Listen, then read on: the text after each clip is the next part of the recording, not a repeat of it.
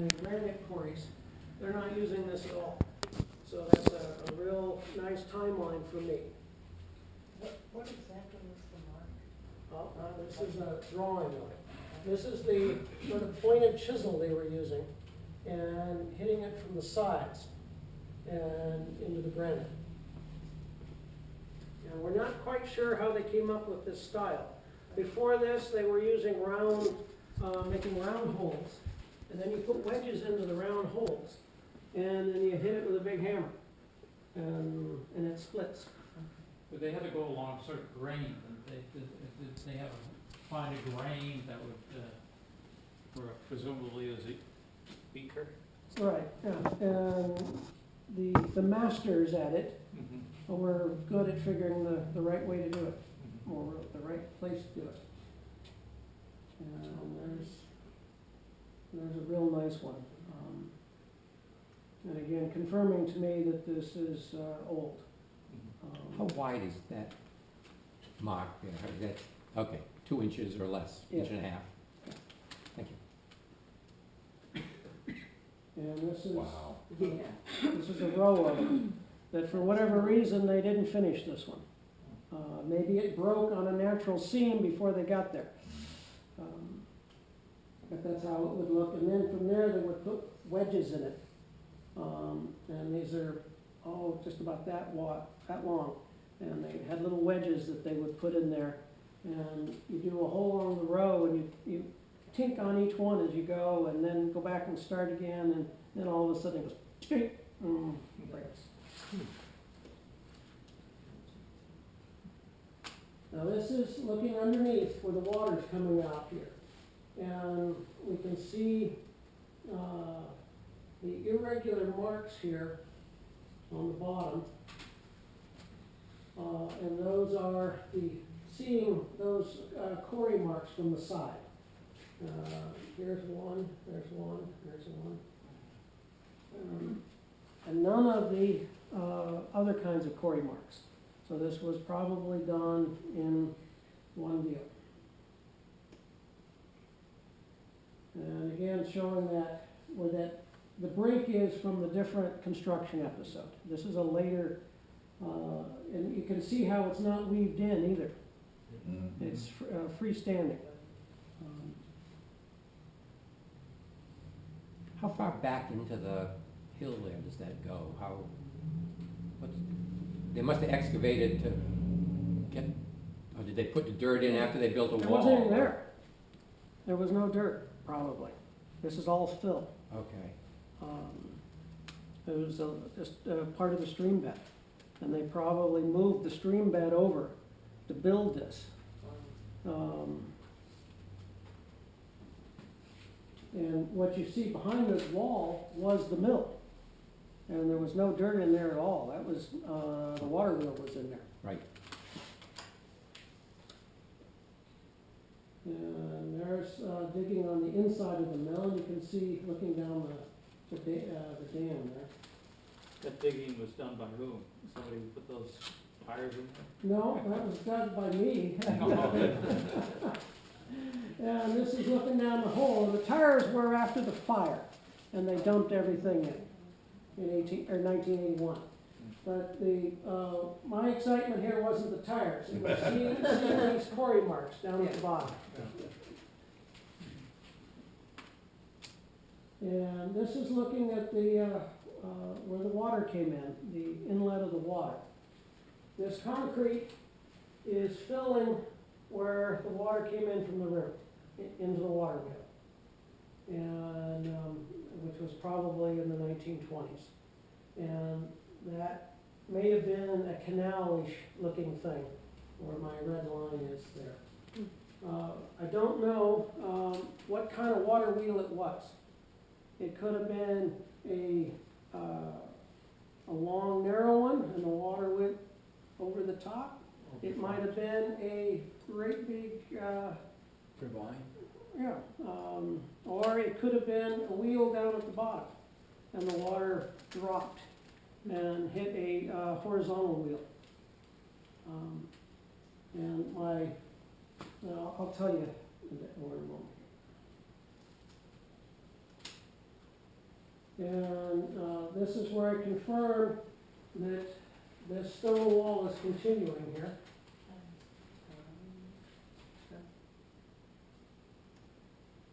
And then another quarry mark on the stone.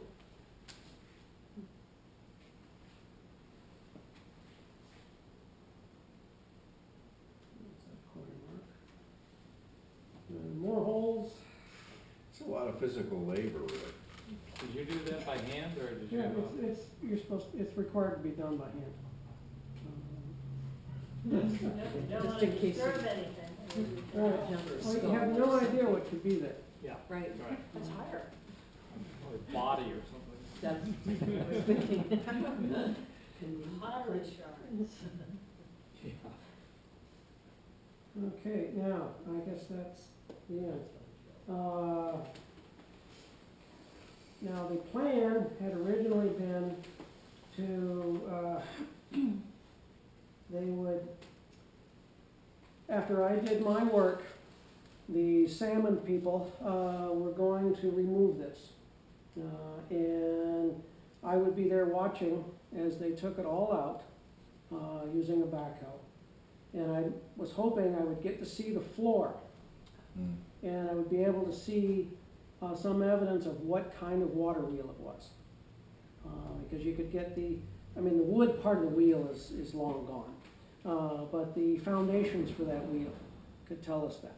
And that was part of what the state felt was important to determine what that was all about.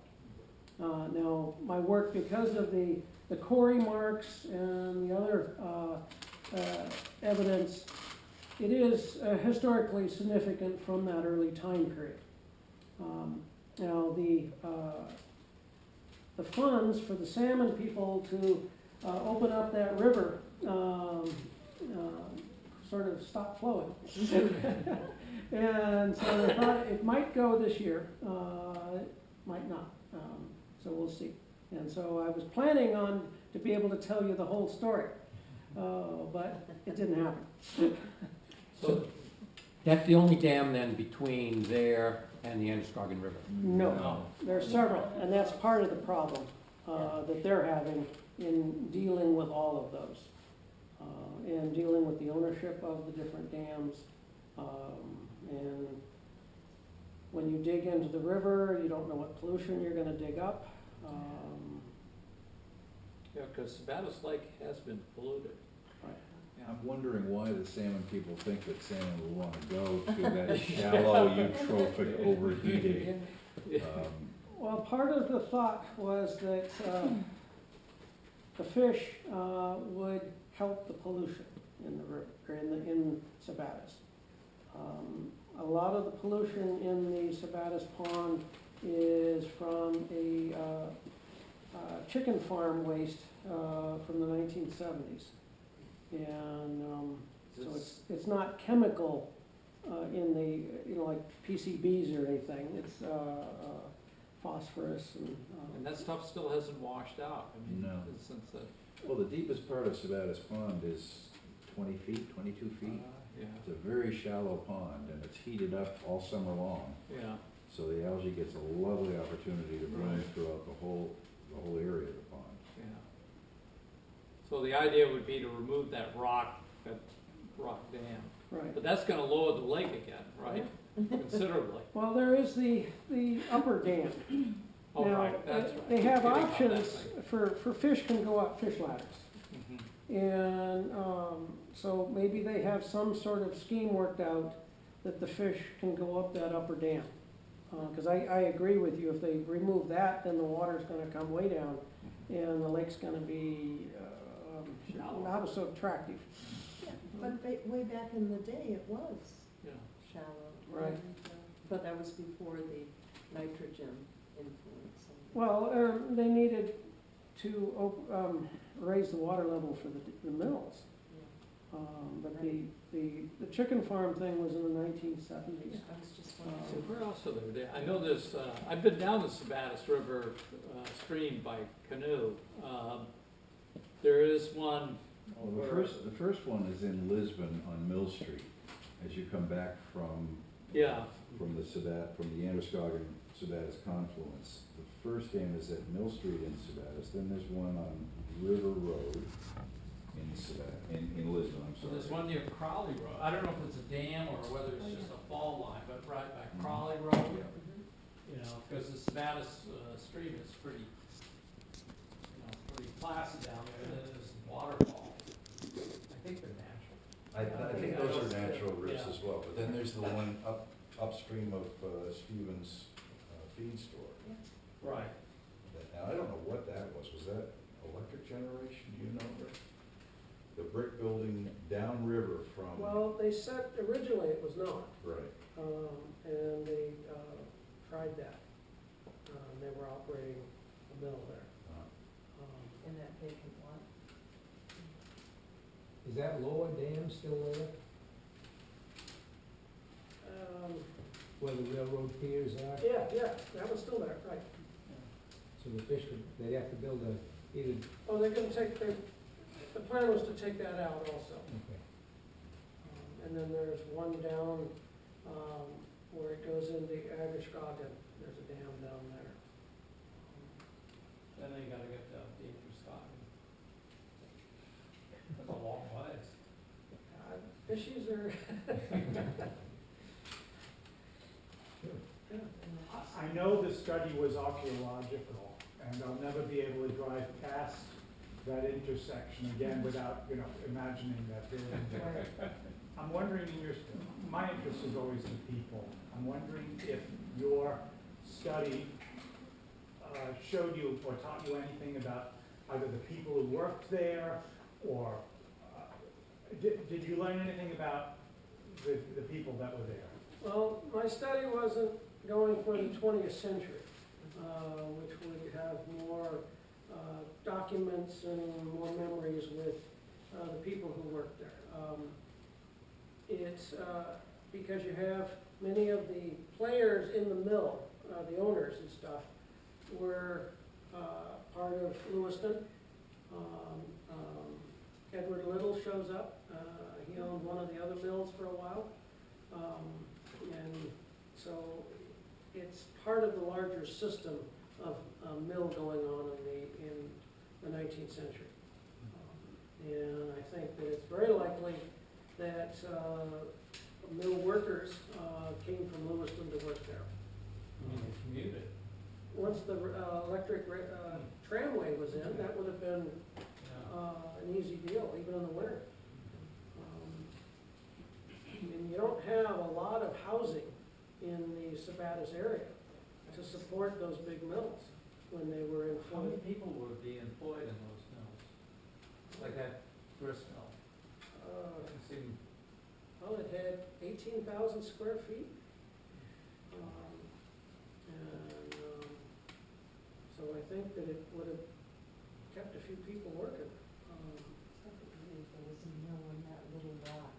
yeah. Is that a people-intense operation? Do a lot of people, are a lot of people needed to work a grist mill as opposed to, say, a Well, no, the fabric grist or mill is shoes? not much, no. But it was converted to textiles by the 1860s. They, first cotton, linen, and then they went to wool. By the 1880s, they converted it to a wool operation. And so that's not only the initial making yarn, but then you're weaving it into stuff. And that's, in those days, was very labor intensive. Would a grist mill run year round, or would that be seasonal?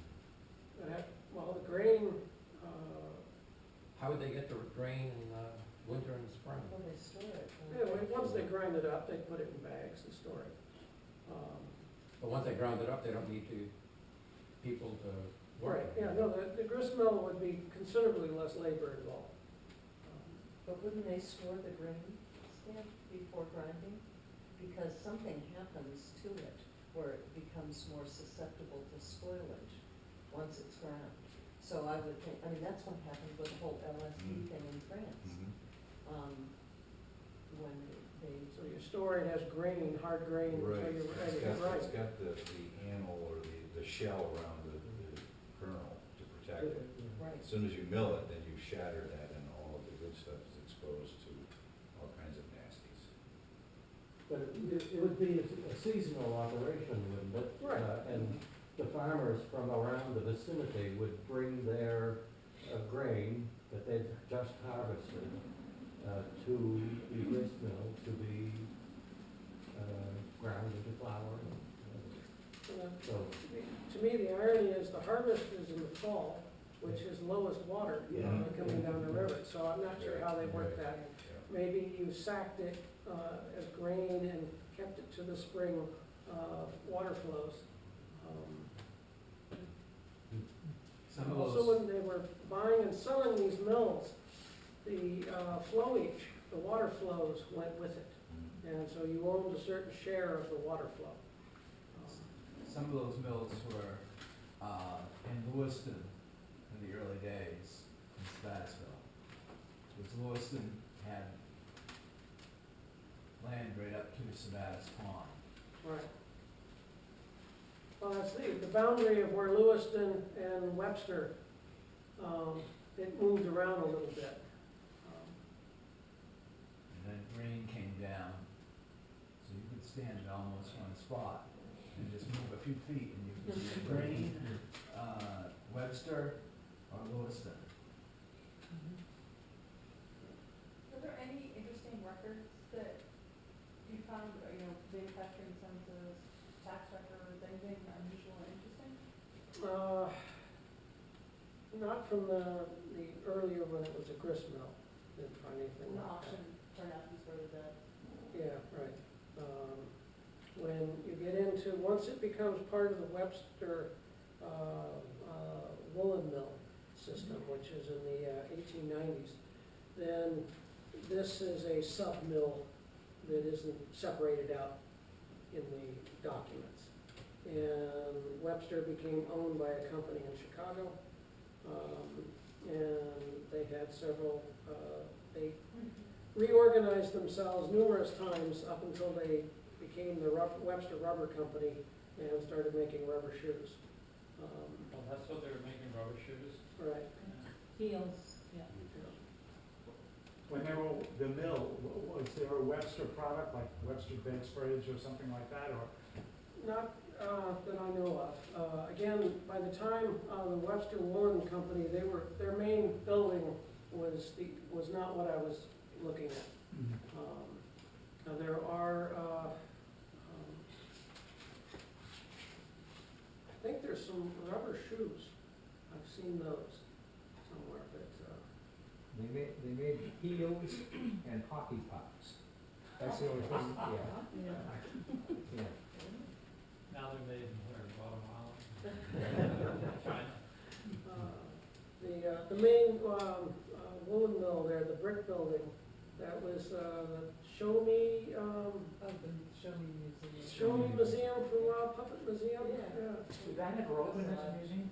And what? Did that ever open as a museum? I I don't think it did. No, I think they invited like school groups in or, Girl Scout groups, I remember seeing in the paper, but I think they got their tax breaks and ran. it didn't last long. Rick, I'm curious about the granite and the tooling. Is there a way to determine where that granite was actually quarried by looking at the morphology of it and the grain structure Technically, and so yes. on? Because I've just uncovered a quarry akin to the one that you were alluding to on land that Thorncraig just bought out in back of the Thorncraig Sanctuary. It used to belong to Arthur Gendron, and there is a 2-acre quarry that's cited in many of the deeds from the late 19th, early 20th centuries. And Penny and I have actually found that, and it's a surface quarry. There is a 5-foot thick slab that's been parted from the parent material. It's probably 10 or 12 feet tall, with round tooling marks in it. But I wonder, that's only 5 miles distant from this site here, and I wonder if there's a possibility of determining that those blocks actually were quarried in Lewiston off the power lines behind Thorncraig. The, Yeah, it was rock empty Granite, no, I don't know that somebody has already done all the typing on granite from the different quarries. It's not as easy as, like obsidian, that comes out of the volcanoes. You can type that to the actual eruption in a volcano. Coal mines, you could do that with coal. But granite is, because there's large fields of granite, you wouldn't know which end of the field that you're testing on. Right. So it could be hundreds of miles, it's the same chunk of granite. Well, of course, it's a metamorphic rock, so it's gonna have a lot of variability in it as well. Right. Now, eyeballing it, you could clearly see the different grain levels, and there are some granite that is well known as when Mason looks at it and goes, oh, that's from, and because of the tight grain, maybe the color. And there were, for architectural purposes, they used different colors, sort of rose or golden color, and you could type that kind of. There's in your story about that, when Bowdoin College was putting new facing on one of the towers of the chapel, they had New York or Boston architects come up, and they searched all over the world looking for granite to match the existing granite on the King Chapel. They found it in Harpswell. It's not as though when Bowdoin built the chapel back in the day, they were bringing granite from South America, you know. I should have done a Google search. The George Washington Monument has two different kinds of granite. Yes. They stopped building it for a period of time, started again, and it's a different color. But Dave, I would hope that for their sake, that they would find a granite quarry closer than 5 miles away. Well, that's true. Although oxen were strong, Lou. In the 1890s, when concrete cement is starting to get used, and the granite people insisted that it was not a replacement for granite. And there's a great story in Portsmouth Naval Shipyard, in their dry dock that they were building in the late 1890s. The granite folk could not believe that concrete could be used. It would get eaten up, it would break. The salt water would chew it up. It had to be granite. And so they compromised. They poured cement and then laid granite on top of it. Wow. The granite broke up and cement still there. No, they were, it was beautiful granite. A chunk of it's still there. Well, thank you very much, Rick.